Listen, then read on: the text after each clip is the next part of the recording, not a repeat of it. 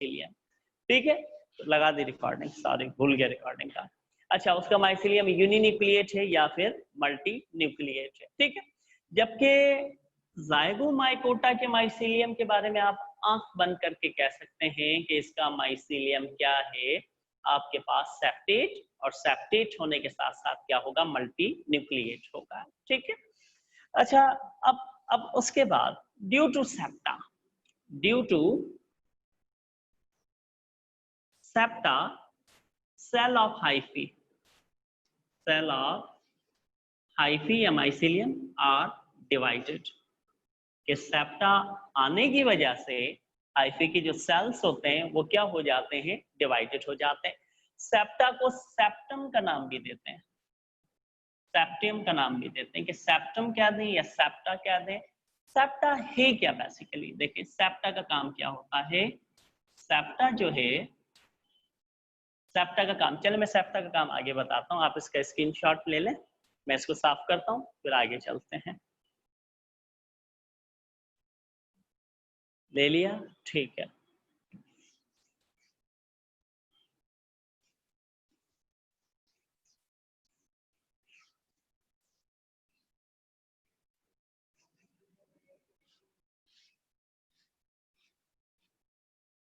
Septa का अब देखें, यहाँ पर मैं यहाँ पर ड्रॉ करता हूँ 2 माइसीलियम।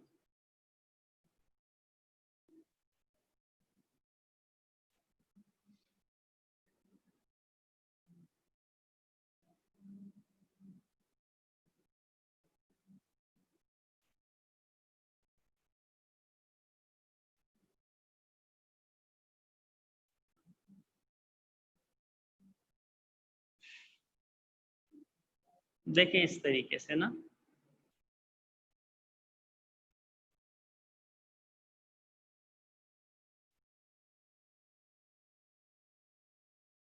ये है न्यूक्लियाई, न्यूक्लियस सिंगुलर, और न्यूक्लियाई क्या होता है, प्लूरल होता है। ठीक है, उसके बाद देखिए ये है इनके वैक्यूल्स, वैक्यूल्स हैं इनके। ठीक है, ये है अनसेप्टेट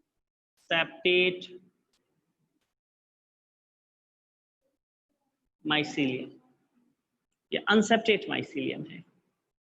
ठीक है, ये इसकी क्या है, सेल वॉल, ये इसका क्या है, साइटोप्लाज्म, ये इसका क्या है, वैक्यूल, ये इसके क्या है, न्यूक्लियाई।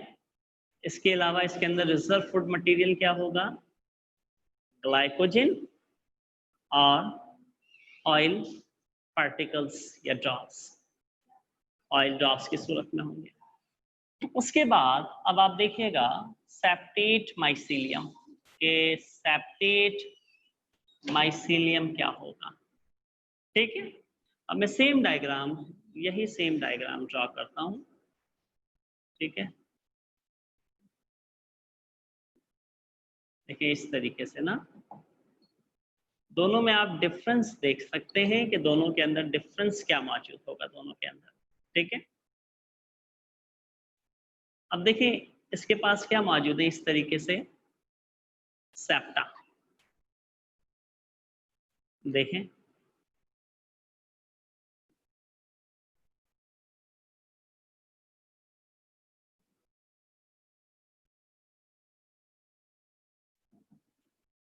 देखें आप खुद ऑब्जर्व कर सकते हैं। देखें यहाँ पर ये इसका न्यूक्लियाई, ये इसका वैक्यूल, और ये इसकी सेल वॉल, ये इसका साइटोप्लाज्म, और इसके अंदर ग्लाइकोजन और फूड पार्टिकल्स होंगे। ये है इसका सेप्टा। सेप्टा सेप्टा का काम क्या होता है, सेप्टा देखें क्या करता है। सेप्टा की वजह से हाइफी और सेल, देखिए यहाँ इस हाइफी के सेल क्या हुआ, ड्यू टू सेप्टा डिवाइडेड हो गए।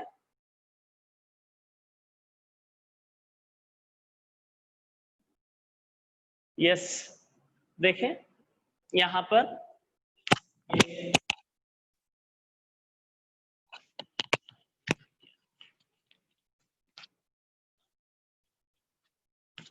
देखिए जाइगोमाइकोटा में ये सेप्टा है, और सॉरी ये सेप्टा है, एस्कोरबैसिडियोमाइकोटा की स्पीशीज पे, और सेप्टा की वजह से हाइफी ऑफ सेल क्या होगा, डिवाइडेड होगा।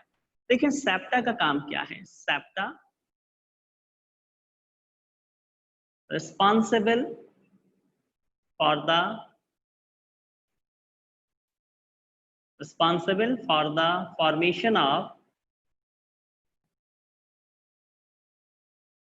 ऑफ स्पोरेंजिया और गैमीटेंगिया।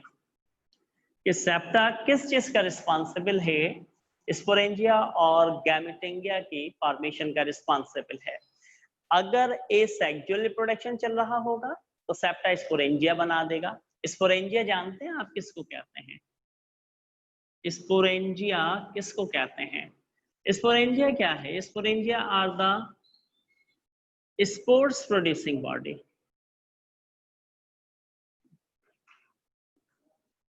स्पोर्स प्रोड्यूसिंग बॉडी है, और इसका सिंगुलर क्या होगा,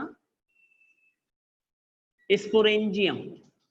स्पोरेंजियम क्या होगा, इसका सिंगुलर होगा, और स्पोरेंजिया जो है इसका क्या है, प्लूरल है। ठीक है, और गैमीटेंगिया क्या है, देखें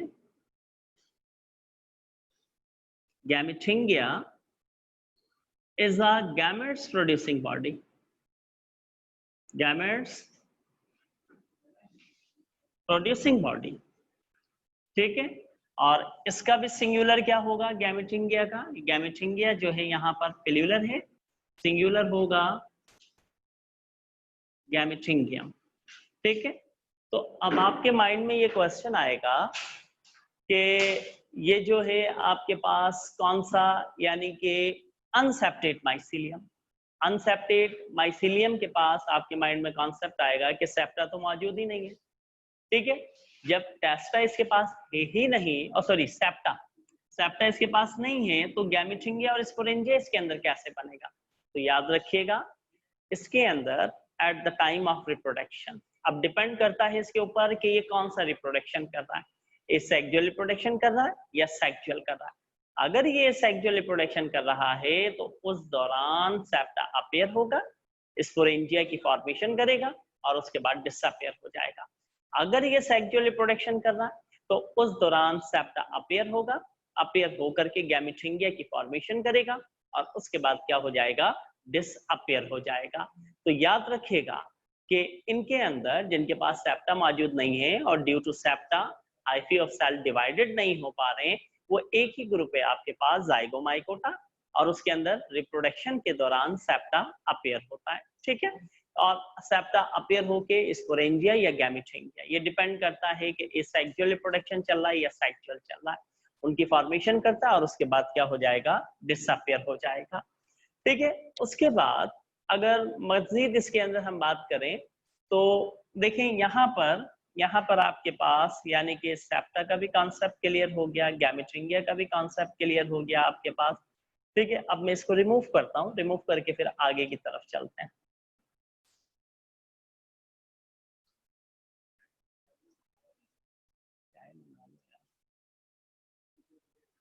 मैं साफ कर रहा हूँ।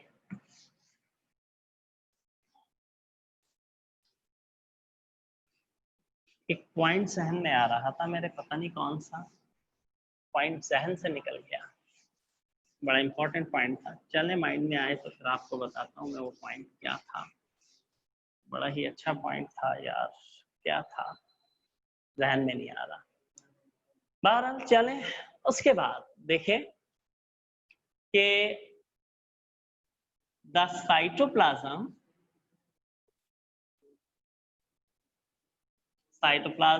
Of fungi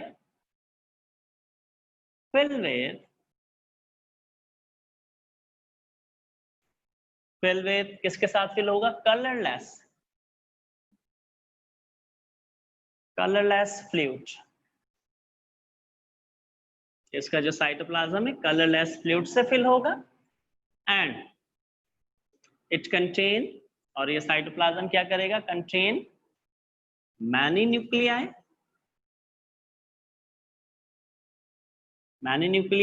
and vacuoles. बहुत सारे न्यूक्लियाई और वैक्यूल्स को कंटेन करेगा। The food store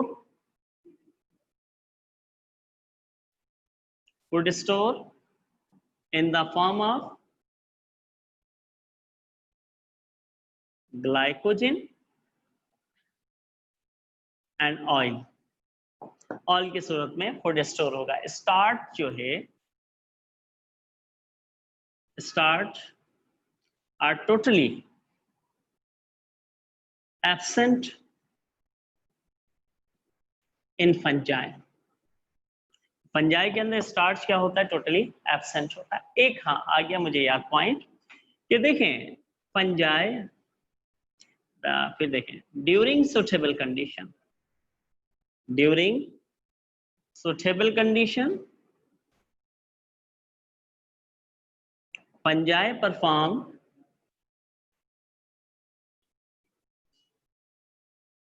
asexual reproduction.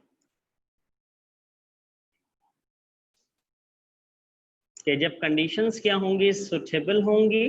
Suitable condition से मुराद नॉर्मल टेम्परेचर होगा, वाटर मिलेगा, इसको न्यूट्रिएंट्स मिलेंगे, तो ऐसे में ये क्या करेगा? एसेक्सुअल रिप्रोडक्शन को परफॉर्म करेगा। और ड्यूरिंग अनसुटेबल कंडीशन, देखें during unsuitable condition fungi perform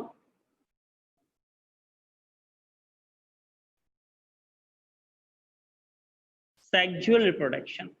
याद रखिएगा मेरी बात को कि अनसुटेबल कंडीशन, टेम्परेचर बहुत ज्यादा हाई हो जाए और क्लाइमेटिक कंडीशन जो है वो सुटेबल ना हो, ऐसी सूरत में फंजाई क्या करता है? सेक्सुअल रिप्रोडक्शन को परफॉर्म करता है। ठीक है। अच्छा, उसके बाद देखें आपके पास single cell fungi, single cell fungi only, single cell fungi only yeast. सिर्फ एक ही इसके पास सिंगल सेल फंजाई है, ईस्ट। ठीक है। The yeast does not contain thread like structure mycelium, mycelium को कंटेन नहीं करता। ठीक है। अच्छा, अब आपके माइंड में आएगा कि ईस्ट के पास तो माइसीलियम है ही नहीं, इसकी बॉडी कैसी है? The body of east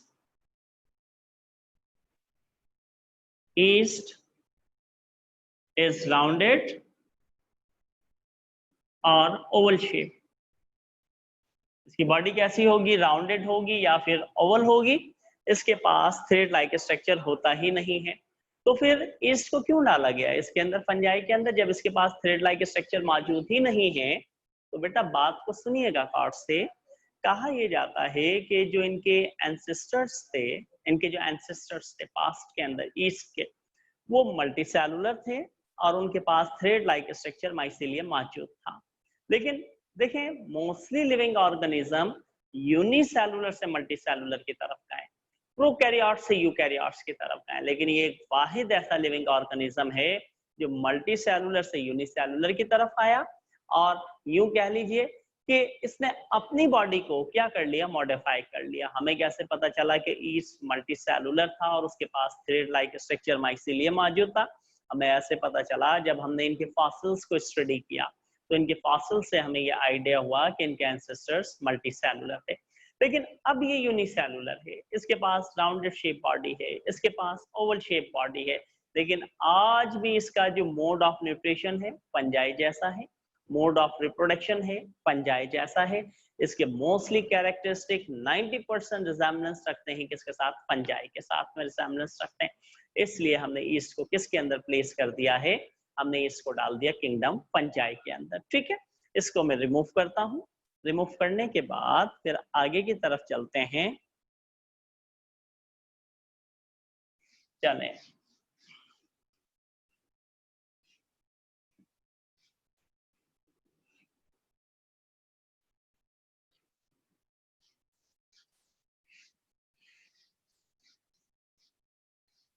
remove कर दिया इसको। अब इसकी आप स्ट्रक्चर देखिएगा, ईस्ट का स्ट्रक्चर कैसा होगा। ठीक है, इस तरीके से ओवल शेप स्ट्रक्चर होगा इसका, ओवल शेप। ठीक है,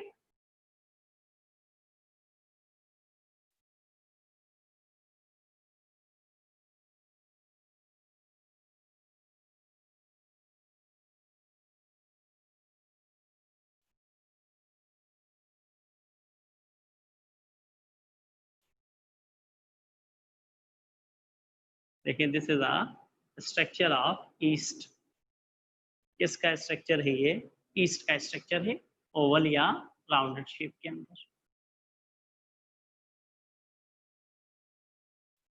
ईस्ट का स्ट्रक्चर, ये इसका क्या है? Cell wall. ये इसका साइटोप्लाज्म है, ये इसका वैक्यूल है, और यहाँ पर इसके पास क्या मौजूद होता है? न्यूक्लियस, वैक्यूल के पास। इसलिए इसको किसका नाम देते हैं? ये न्यूक्लियस। अच्छा, इस वैक्यूल के पास न्यूक्लियस मौजूद है, इसलिए इसको न्यूक्लियर वैक्यूल का नाम दे देते हैं, न्यूक्लियर वैक्यूल का नाम दे देते हैं। ठीक है, उसके बाद देखें some fungi. Some fungi contain complex reproductive organ. कुछ फंजाई ऐसे हैं जिनके पास कॉम्प्लेक्स रिप्रोडक्टिव ऑर्गन्स हैं। अब वो फंजाई कौन कौन सी? 3 फंजाई हैं। एक आपके पास क्या? मशरूम एग्रिकस कैम्पेस्टर, जिसका नाम बताएं, याद रख लीजिएगा, एमसीक्यूज आ सकता है कि उस फंजाई का नाम बताएं जिसके पास कॉम्प्लेक्स टाइप का रिप्रोडक्टिव ऑर्गन हो। Number 2 puffball, number 3 morels. इन तीनों के पास क्या होगा? कॉम्प्लेक्स टाइप का रिप्रोडक्टिव ऑर्गन मौजूद होगा। ठीक है, अच्छा देखिए उसके बाद if both reproductive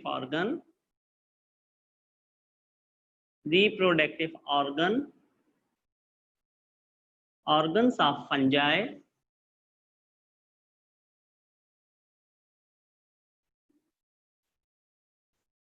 are located on the same hyphae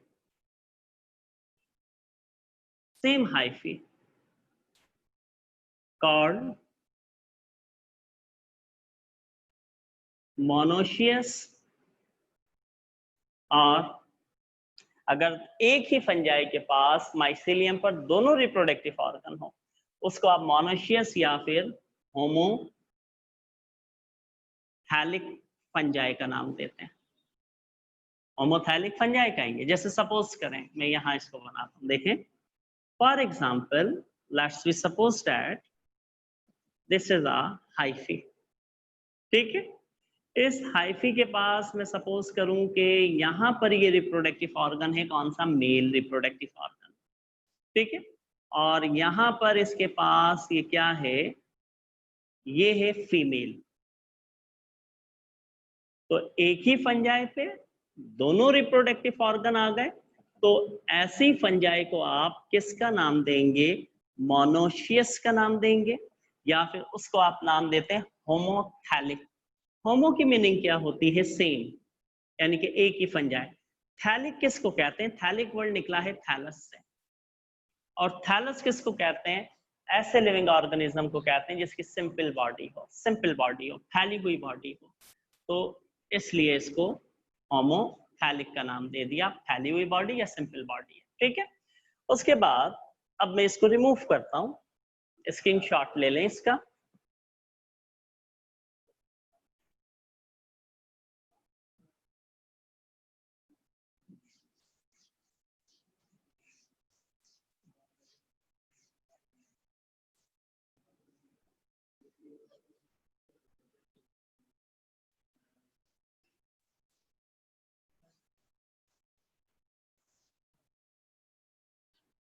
अच्छा, उसके बाद if both reproductive organ locate on two different fungi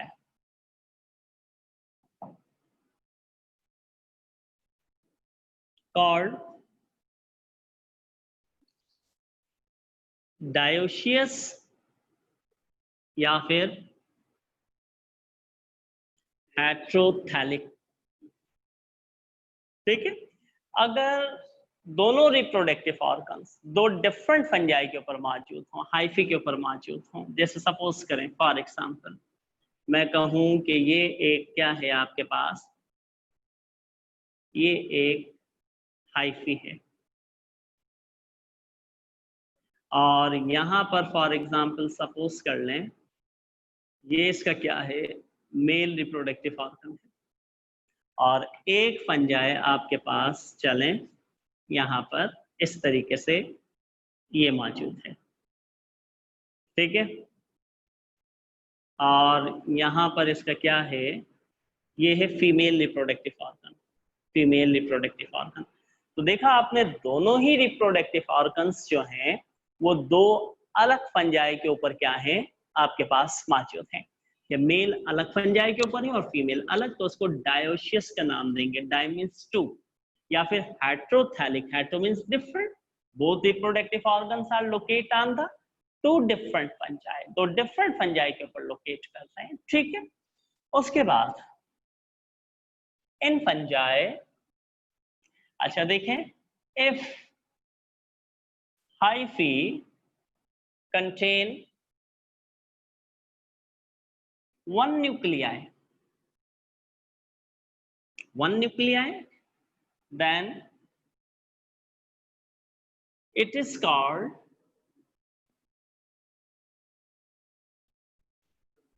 primary mycelium, primary mycelium का नाम देंगे। ठीक है, या फिर मोनोकैरियोटिक, या फिर किसका नाम देंगे आप, मोनोकैरियोटिक माइसीलियम। सपोज करें फॉर एग्जांपल ये एक हाइफी है और इस हाइफी के साइटोप्लाज्म में ये एक न्यूक्लियस है, एक न्यूक्लियस है। तो ऐसा हाइफी जो कंटेन करे ओनली वन न्यूक्लियस को, उसको आप किसका नाम देंगे उस माइसीलियम को, प्राइमरी, प्राइमरी मीन्स सिंगल, एक, और या मोनोकैरियोटिक, मोनो का मीनिंग क्या होता है, वन, और कैरियोटिक वर्ड कहां से निकला है, ग्रीक वर्ड कैरियन से निकला है, जिसका मीनिंग क्या होता है, न्यूक्लियस होता है। ऐसा माइसीलियम जो कंटेन करे सिर्फ कितने, एक न्यूक्लियस को कंटेन करे। ठीक है, उसके बाद मैं रिमूव कर रहा हूं इसको, आगे बात कर रहे हैं, ये वाला साइड रिमूव कर रहा हूं, स्क्रीनशॉट ले लें अगर ले रहे हैं तो, मैं हट रहा हूं साइड से, ये अभी इंट्रो पर ही चल रहे हैं हम इसके ना पंजाई के। अच्छा जी, उसके बाद देखें अगर क्या हो जाए, अगर क्या हो जाए, if mycelium या hyphae contain two nuclei, then it is called secondary mycelium or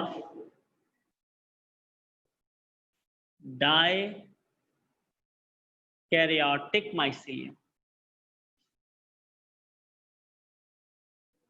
ठीक है, डाई मीन्स टू और karyotic word same, isolated from karyon, Greek word जिसकी मीनिंग क्या है, न्यूक्लियस। ठीक है, जैसे सपोज करें फॉर एग्जांपल ये आपके पास एक हाइफी है, ठीक है, इसके पास देखें एक न्यूक्लियाई इधर, एक इधर, देखें कितने न्यूक्लियाई हैं, दो न्यूक्लियाई, तो इसको हम किसका नाम देंगे, डाइकैरियोटिक माइसीलियम का नाम देंगे। अच्छा, उसके बाद आगे चलते हैं, इसको रिमूव कर रहा हूं, आगे की तरफ चलते हैं कि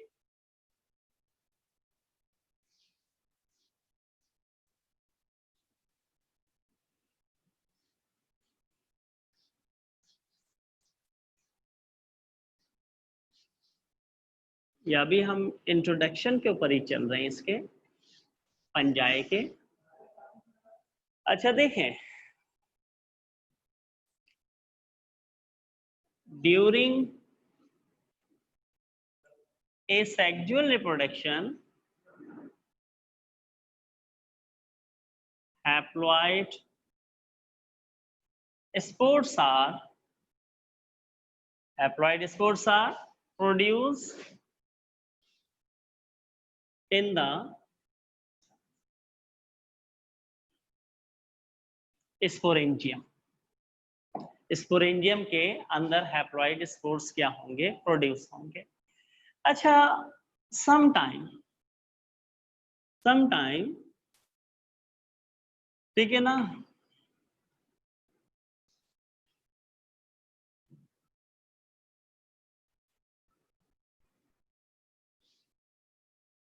sexual haploid spores are produce.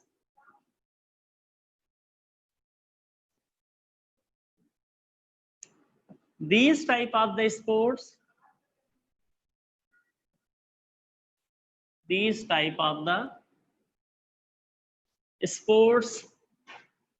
are produced only in sexual reproduction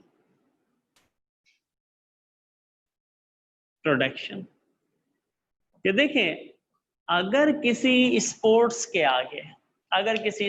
आगे सेक्सुअल का वर्ड आ जाए, सेक्सुअल, तो आप समझ जाइएगा उस स्पोर की बात हो रही है जो सेक्सुअल रिप्रोडक्शन से प्रोड्यूस हुआ है।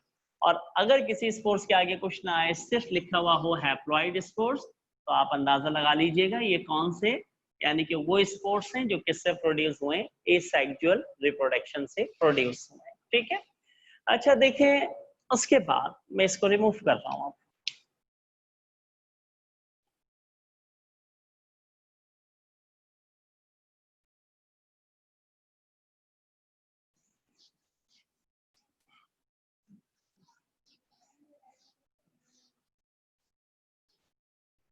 उसके बाद चलते हैं न्यूट्रिशन इन फंजाई की तरफ।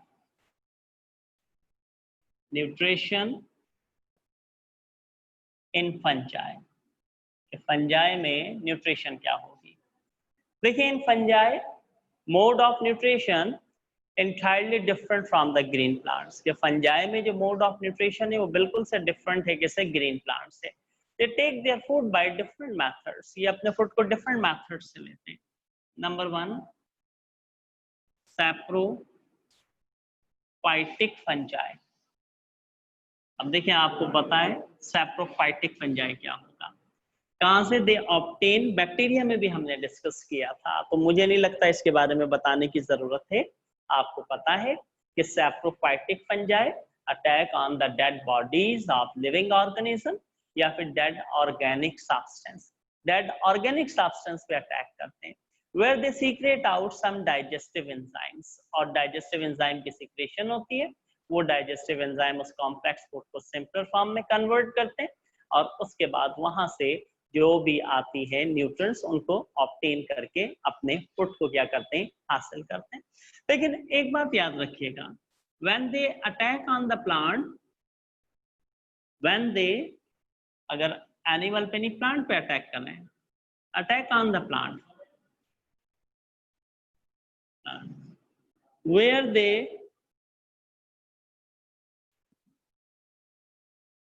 they decompose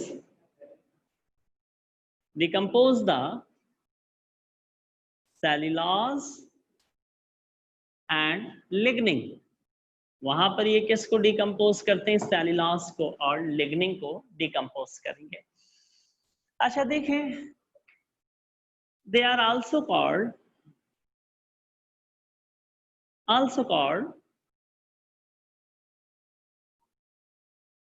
decomposers of absorptive fungi। इसको डिकम्पोजर्स या एब्जॉर्प्टिव फंजाई का नाम भी देते हैं। क्यों इसको एब्जॉर्प्टिव फंजाई का नाम देते हैं, बिकॉज लिखा है मैंने, because they have modify organ rhizoids. इनके पास क्या होते हैं, इनके पास मॉडिफाई ऑर्गन्स होते हैं, उन मॉडिफाई ऑर्गन्स को राइजोइट्स का नाम देते हैं। सपोज करें फॉर एग्जांपल कि